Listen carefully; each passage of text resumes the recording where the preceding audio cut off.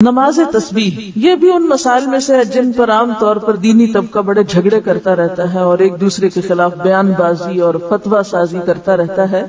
تو آئیے دیکھتے ہیں کہ اس کی کیا حقیقت ہے.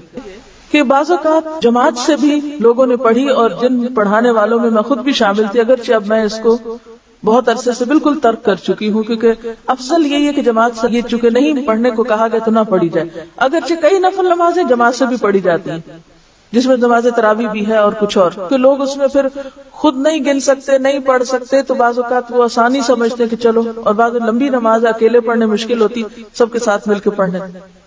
تو اس کے لیے بھی جس کو سامنے رکھ کے میں عمل کرتی تھی وہ یہ کہ نفل نماز چونکہ جماعت سے پڑھی گئی ہے اور یہ بھی ایک نفل نماز ہے تو کوئی حرج نہیں اگر کوئی جماعت سے بھی پڑھ رہا ہے، لیکن پھر بھی بہتر یہی ہے کہ آپ الگ پڑھیں، اور کم از کم مجھ جیسے لوگ اس چیز کو اتنی ہوا نہ دیں.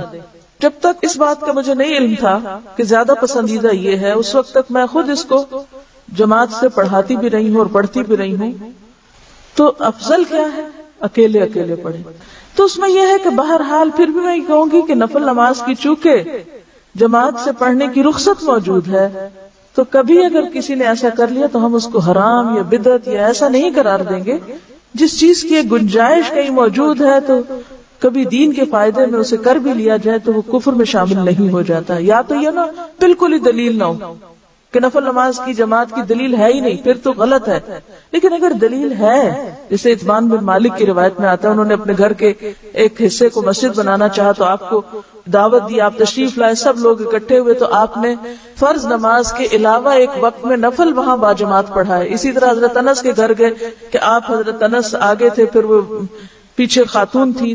مسلم کی روایت میں آتا ہے فصلی بنا فی غیر صلاۃ الفریضۃ، یا کچھ ایسا لفظ ہے کہ ہمیں آپ نے فرض نماز کے علاوہ وقت میں نفل نماز جو تھے جماعت سے پڑھائے. تو اکا دکا اگر مثالیں ملتی ہیں تو کبھی اکا دکا دفعہ اگر آپ ایسا بھی کر لیں تو گناہ میں شامل نہیں ہوگا. ہاں یہ ضرور خیال کریں کہ نوافل فرائض پر نہ چھا جائیں، کہ لوگ فرض بھول جائیں اور نفل کی طرف چل پڑیں، بلکہ نفل کے لیے آئیں تو ان کو فرض یاد دلائیں.